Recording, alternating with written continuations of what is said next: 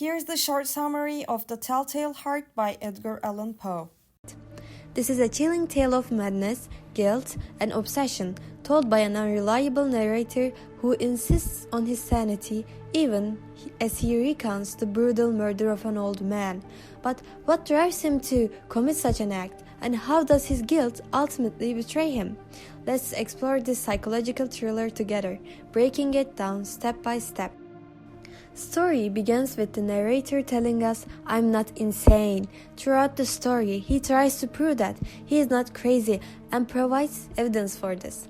He says his only problem is his sense of hearing acute.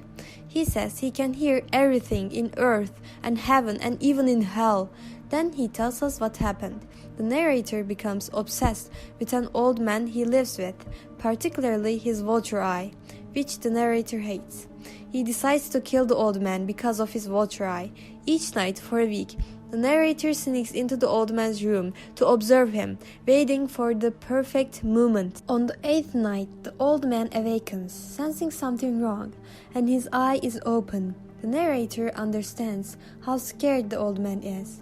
Soon, he hears a dull pounding noise he believes to be the old man's heartbeat. The narrator fears it will be heard by the neighbors and finally kills the old man.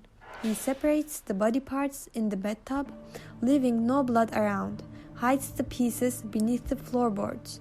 As he finishes his job, at 4 o'clock, 3 policemen knock the door, having been called by a neighbor who heard the shriek.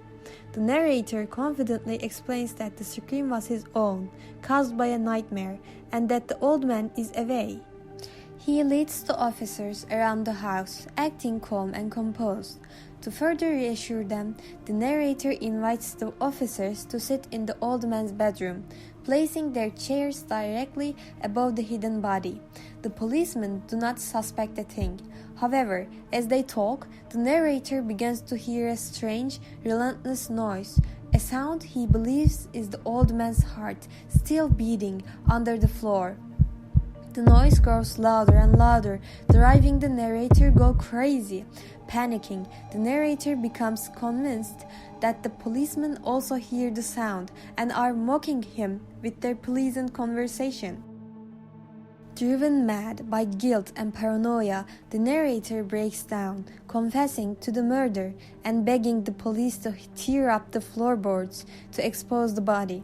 This story is a masterpiece of suspense, showcasing Poe's exploration of guilt, madness, and the fragility of the human mind.